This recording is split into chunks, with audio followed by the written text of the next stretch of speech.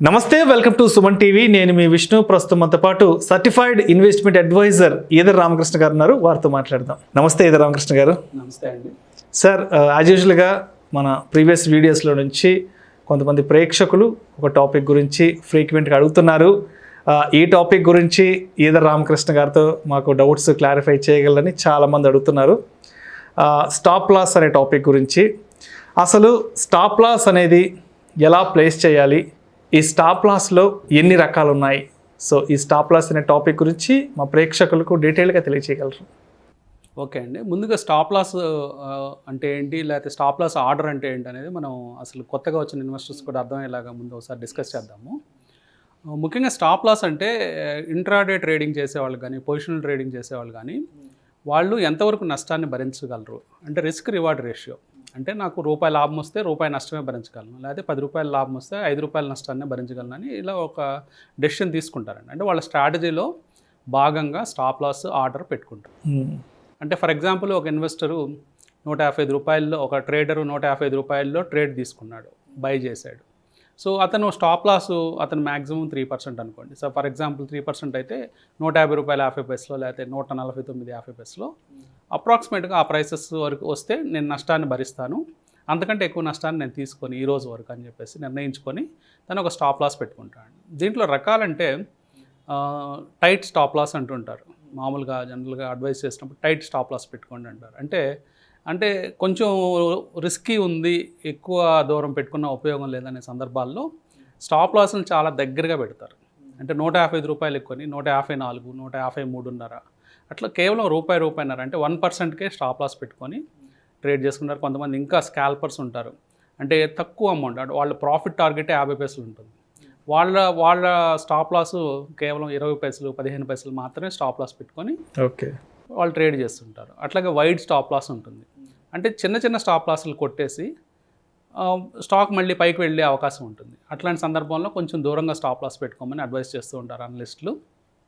అట్లాంటి సందర్భాల్లో ఇందాక మనం చెప్పుకున్నట్టు 155 రూపాయల దగ్గర కొంటే 149, 150, 151 అట్లా దూరంగా స్టాప్ లాస్ పెట్టుకుంటారు. దీన్ని వైడ్ స్టాప్ లాస్ అంటారు.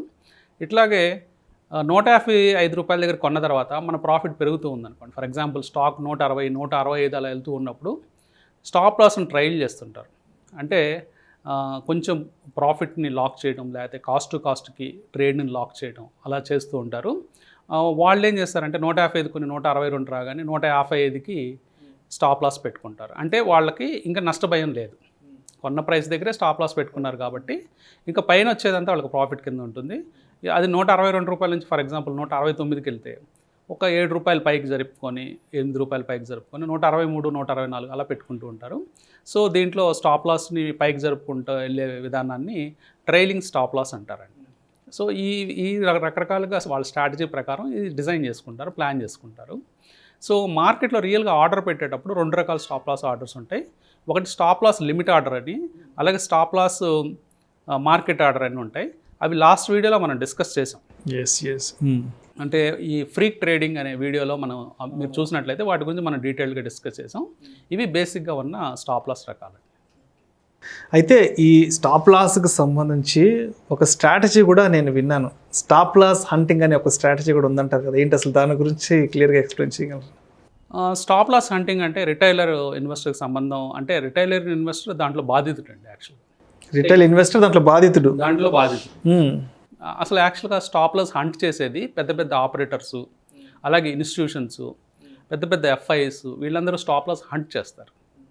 అంటే ఈ ఇన్వెస్టర్ ఎక్కడ స్టాప్ లాస్ పెట్టుంటాడు అనేది వాళ్ళకి ఒక అవగాహన ఉంటుంది. అంటే ఈ అవగాహనతో వాళ్ళు ఏం చేస్తారంటే ఎగ్జాక్ట్గా మన స్టాప్ లాస్ని హిట్ చేసి రివర్స్ చేస్తూ ఉంటారు ప్రైసెస్ని. సో ఇవన్నీ మనకి అందరికీ అనుభవమే, ట్రేడింగ్ చేసే వాళ్ళందరికీ. అందరూ అనుకుంటుంటారు ఎగ్జాక్ట్గా మన స్టాప్ లాస్ కొట్టిన తర్వాత కొద్దిసేపటికే మార్కెట్ రివర్స్ అయిపోయింది, మనం అనుకున్న డైరెక్షన్లో వెళ్ళింది కానీ మనకు ట్రేడ్ లేకుండా పోయింది. ఇట్లాంటివన్నీ చూస్తూ ఉంటారు. సో ఇవన్నీ కూడా పెద్ద ఇన్స్టిట్యూషన్స్, లేకపోతే స్ట్రాంగ్ హ్యాండ్స్ మార్కెట్లో, స్టాక్స్ అయితే ఆపరేటర్స్, వీళ్ళందరూ కూడా స్టాప్ లాస్ హంటింగ్ చేస్తూ ఉంటారు. సో ఆ హంట్ చేసినప్పుడు ఆటోమేటిక్గా రిటైల్ ఇన్వెస్టరే బాధితుడిగా దాంట్లో ఉంటాడు.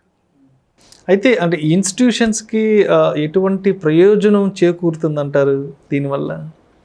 అంటే ఇక్కడ మనం ఒక చిన్న ఎగ్జాంపుల్ తీసుకుంటే రిటైల్ ఇన్వెస్టర్కి లిక్విడిటీ సమస్య లేదండి.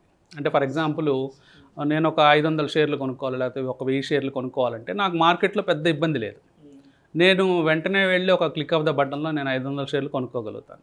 కానీ ఒక పెద్ద ఇన్స్టిట్యూషన్స్ వచ్చినప్పుడు వాళ్ళు ఆ రోజు వాళ్ళ టార్గెట్ ఒక 5 లక్షల షేర్లు కొనుక్కోవాలి, లేకపోతే 10 లక్షల షేర్లు కొనుక్కోవాలని ఉంటుంది.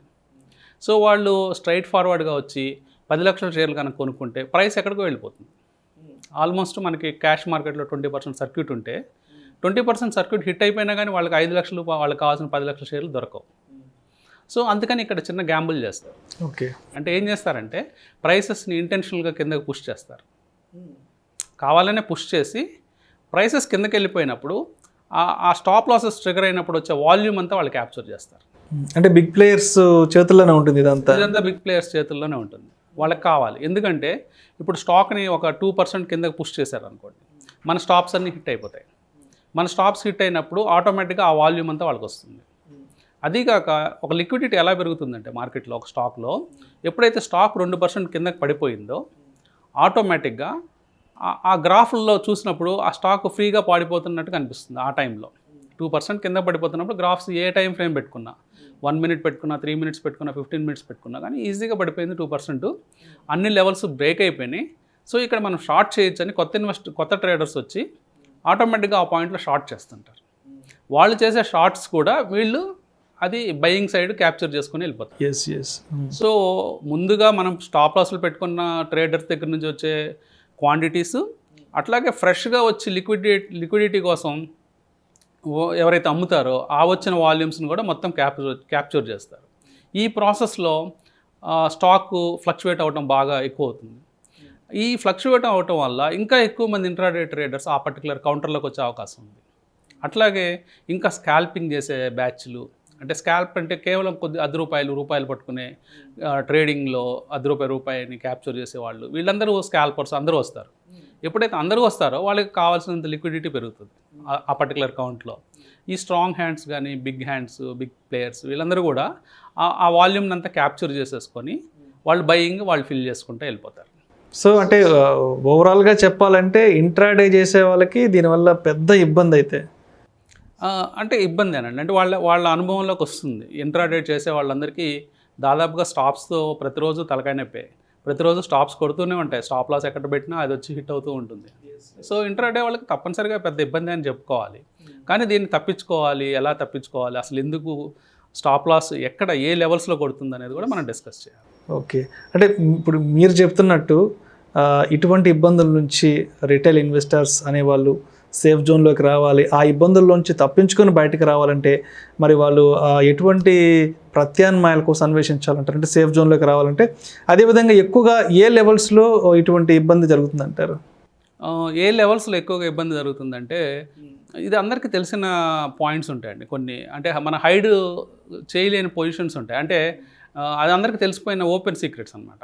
ఫర్ ఎగ్జాంపుల్ కొంతమంది స్టాప్ లాస్ ఎలా పెడుతూ ఉంటారంటే ఈరోజు లో పాయింట్ ఎక్కడ ఉంటుందో అక్కడ పెట్టడం, లేకపోతే ప్రీవియస్ డే లో పాయింట్ దగ్గర పెట్టడం, లేకపోతే స్వింగ్ లో ఎక్కడైతే వస్తుందో స్వింగ్ లో దగ్గర పెట్టడం, లేకపోతే పాపులర్ మూవింగ్ యావరేజెస్ ఏదైతే ఉంటాయో 20 కానీ 50 కానీ వాళ్ళ టైం ఫ్రేమ్స్లో ఆ మూవింగ్ యావరేజెస్ కింద ఒక 0.5% లోపల ఆ మూవింగ్ యావరేజ్కిను వాళ్ళు స్టాప్ లాస్ ట్రిగర్ ప్రైస్కిను ఒక 0.5% తేడాలో పెట్టుకోవడం, ఇట్లాంటివన్నీ కూడా ఇవి అందరికీ తెలిసిన పాయింట్స్. సో ఈ క్లియర్గా మనకి పెద్ద దాక్కునే అవకాశం లేదు. సో దీన్ని కంట్రోల్ చేయొచ్చు అంటే కంట్రోల్ కూడా చేయలేము.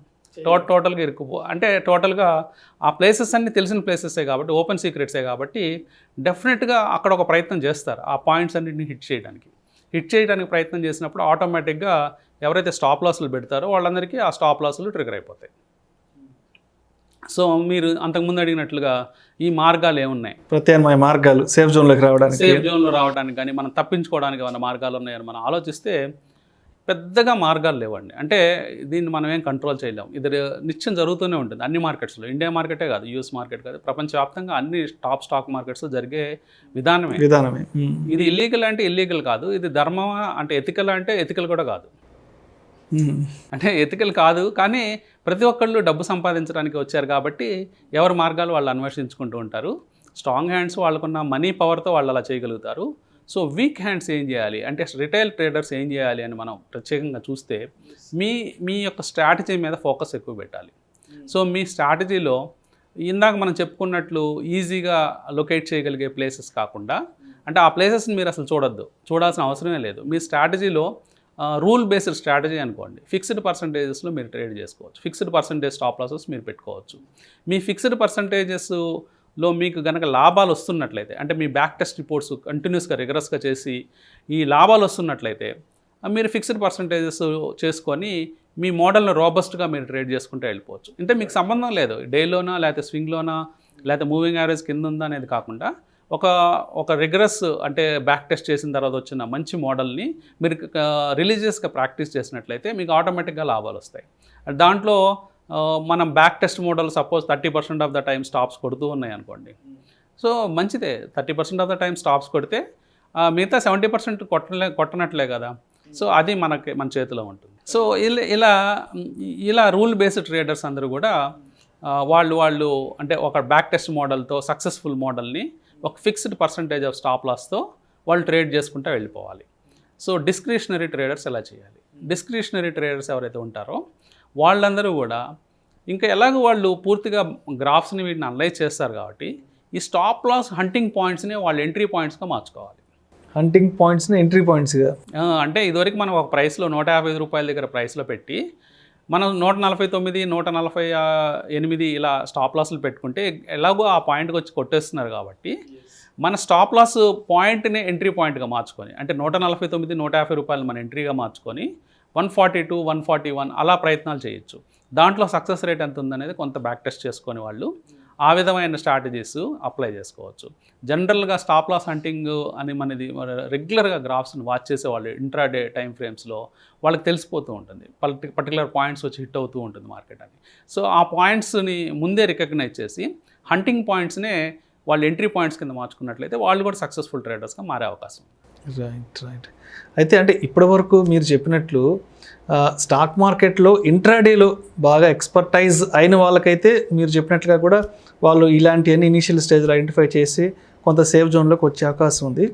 బట్ లాస్ట్ 1.5-2 ఇయర్స్గా చూసినట్లయితే కొత్తగా ఎంతోమంది స్టాక్ మార్కెట్లోకి ఎంటర్ అవుతున్నారు, కొంతమంది లాంగ్ టర్మ్ ఇన్వెస్ట్మెంట్స్కి వెళ్తున్నారు, కొంతమంది ఇంట్రాడేలోకి వస్తున్నారు కదా. అయితే కొత్తగా మార్కెట్లోకి వచ్చి ఇంట్రాడేలోకి దిగే వాళ్ళు మరి ఇవన్నీ ఇనీషియల్ స్టేజ్లో ఎట్లా ఐడెంటిఫై చేసుకొని వాళ్ళు సేఫ్ జోన్లోకి వచ్చే అవకాశం ఉందంటారు అసలు? కొత్తగా ఎంటర్ అయిన వాళ్ళు ట్రేడింగ్ చేసేవాళ్ళు జనరల్గా స్టాప్ లాస్ మెకానిజం అనేది వాడరండి. రైట్. ఎందుకంటే వాళ్ళు జస్ట్ ఏంటంటే వాళ్ళు కన్విక్షన్తో ట్రేడ్ చేస్తూ ఉంటారు. జస్ట్ మనం కొన్నామంటే పెరుగుతుంది ఇట్లాంటి ఆలోచనతో ట్రేడ్ చేస్తుంటారు. సో దానివల్ల భారీగా నష్టపోతారు. స్టాప్ లాస్ పెట్టడం వల్ల కేవలం కొద్ది పర్సంటేజ్ పాయింట్స్ మాత్రమే నష్టపోతారు. స్టాప్ లాస్ పెట్టకపోవడం వల్ల హ్యూజ్గా నష్టపోయే అవకాశం పెద్ద మొత్తంలో. అంటే ఆ లాస్ని మనం స్టాప్ చేసుకోలేకపోతున్నట్టే కదా. స్టాప్ చేసుకోలేకపోతే కొత్త వాళ్ళకి ఇంకా ఈ స్టాప్ లాస్ మెకానిజం గురించి ఎగ్జాక్ట్లీ. సో అందుకని నేను కొత్త వాళ్ళకి సజెస్ట్ చేసేది ఏంటంటే ఇప్పుడు దాకా మీరు ఆలోచన చేయకపోతే స్టాప్ లాస్ పెట్టడం అనేది నేను అంటే డిసిప్లిన్ ట్రేడర్స్కి వచ్చే ఇబ్బందుల గురించి మనం ఇప్పుడు దాకా మాట్లాడుకున్నాం. అంటే అసలు డిసిప్లిన్ ట్రేడింగ్లోకి రండి. ఇప్పుడు దాకా కొత్త ఇన్వెస్టర్స్ ఎవరైతే డిసిప్లిన్ లేకుండా అసలు స్టాప్ లాస్ మెకానిజమే లేకుండా వాళ్ళు ట్రేడ్ చేస్తూ, అంటే వాళ్ళకి ఏమవుతుందంటే ఒక రోజు ₹1,00,000 ప్రాఫిట్ వస్తుంది, ఇంకో రోజు 5 లక్షలు లాస్ వస్తుంది, ఇట్లా జరుగుతూ ఉంటాయి. అంటే వాళ్ళ రిస్క్ రివార్డ్స్ ఎలా ఉంటాయంటే రివర్స్లో ఉంటాయి. రిస్క్ ఏమో 4 ఉంటుంది, రివార్డ్ ఏమో 1 ఉంటుంది. సో అందుకని ఆ పద్ధతిలోంచి మానుకొని స్టాప్ లాస్ మెకానిజం పెట్టుకోండి. డిసిప్లిన్ ట్రేడర్స్ని కూడా వాళ్ళు చాలా హంట్ చేస్తారు. డెఫినెట్గా హంటింగ్ ఉంటుంది డిసిప్లిన్ ట్రేడర్స్కి. అయినా కానీ ఆ డిసిప్లిన్ ట్రేడింగ్ వల్ల మీ క్యాపిటల్ ప్రొటెక్ట్ అవుతుంది. క్యాపిటల్ ప్రొటెక్ట్ అయ్యి లాంగ్ టర్మ్లో ఆ క్యాపిటల్ని గ్రో చేసుకునే అవకాశం ఉంటుంది. సో కొత్తగా వచ్చే ఇన్వెస్టర్లకు నేను ఇచ్చే సలహా ఏంటంటే ముందు అసలు స్టాప్ లాస్ మెకానిజం ఎలా తెలుసుకోవాలి. అది చేయకుండా ఉంటే ఇమ్మీడియట్గా చేయటం మొదలు పెట్టుకోవటం మంచిది. అయితే చాలామంది చెప్తుంటారు ఇంట్రాడే గురించి మాట్లాడుకున్నప్పుడు, ఇంట్రాడే కానీ చేస్తే రోజుకు ఒక 5,000, 10,000 పక్కన వేసుకోవచ్చు అంటుంటారు కదా. ఇది అంటే ఎంతవరకు పాసిబిలిటీ ఉంది రోజుకు ఒక 5,000, 10,000 తీసి పక్కన వేసుకోవడానికి ఇంట్రాడేలో? అంటే సాధ్యపడుతుంది అంటారా? అంటే అది అంత సులభం కాదండి. అంటే ఇది ఒక స్కిల్ గేమ్. స్టాక్ మార్కెట్ అనేది ఒక స్కిల్ గేమ్. అంటే మనం ఒక స్కిల్ నేర్చుకోవాలంటే, ఏదైనా ఒక స్కిల్ నేర్చుకోవాలంటే సర్టన్ టైం పడుతుంది, కొంత ఎక్స్పీరియన్స్ రావాలి. కొంత ఎక్స్పీరియన్స్ వచ్చిన తర్వాత మీరు ట్రేడ్ చేస్తే మీకు డబ్బులు వచ్చే అవకాశం క్లియర్గా స్టాక్ మార్కెట్లో ఉంది, ఈవెన్ ఇంట్రాడేలో కూడా ఉంది. కానీ సక్సెస్ రేట్ వచ్చి కేవలం 1%. 1% సక్సెస్ రేట్. 1% కంటే తక్కువనే చెప్పుకోవాలి. అంటే ఒక 500 మంది ప్రయత్నిస్తే దాంట్లో ఒకళ్ళో ఇద్దరు సక్సెస్ అవుతారు. ఎందుకు సక్సెస్ అవుతారంటే వీళ్ళు ఎన్నో సంవత్సరాలు ప్రాక్టీస్ చేస్తారు. సేమ్ మోడల్స్, ఒక మోడల్ కన్సిస్టెంట్గా ప్రాక్టీస్ చేస్తే ఆ మోడల్లో సక్సెస్ అవ్వడానికి ఛాన్స్ ఉంటుంది. అట్లా కాకుండా 3 నెలలకు ఒక మోడల్ మార్చుకుంటూ వెళ్తే వాళ్ళకి సక్సెస్ రావడం చాలా లేట్ అవుతుంది. కాబట్టి ఇంట్రాడే ట్రేడింగ్ చేసినా లేదా పొజిషనల్ ట్రేడింగ్ చేసినా ఏదైనా ఒక మోడల్ని మీరు కన్సిస్టెంట్గా ట్రేడ్ చేసినట్లయితే లాభాలు వచ్చే అవకాశం ఉంది. మీరు చెప్పినట్లు రోజుకి 5,000 తీసుకొని రోజుకి 10,000 తీసుకొని ఇట్లా ఒక డైలీ వేజెస్ రూపంలోనో లేకపోతే శాలరీ రూపంలో అట్లా మార్కెట్ ఇవ్వదు. పాసిబిలిటీ లేదు, అసలు పాసిబిలిటీ లేదు. రోజుకి 5,000 వెనకేసేసుకోవచ్చు, 10,000 వెనకేసేసుకోవచ్చు, పాసిబిలిటీ లేదు. అలా పాసిబిలిటీ ఉన్నట్లయితే ఎవరు ఉద్యోగం చేయాల్సిన పని లేదు. ఎగ్జాక్ట్లీ. సో అందరూ స్టాక్ మార్కెట్కి వచ్చి 1,00,000 2 లక్షలు వచ్చేస్తుంది మనం చెప్పినట్టు రోజుకి 5,000 6,000 అంటే. ఇండియాలో అందరూ స్టాక్ మార్కెట్లోనే కూర్చొని రోజు ఇంటికి డబ్బులు తీసుకెళ్లే ప్రాసెస్ పెట్టుకోవచ్చు. కానీ అది లేదు, అది ముందు నమ్మాలి. సో మీరు ఎలా సంపాదన లేదా, అసలు ఎవరు సంపాదించలేరంటే అది కూడా రాంగే. సంపాదించే వాళ్ళు చాలామంది ఉన్నారు స్టాక్ మార్కెట్ ద్వారా. కాకపోతే ఏంటంటే వాళ్ళు చాలా సంవత్సరాలు ప్రాక్టీస్ చేస్తారు.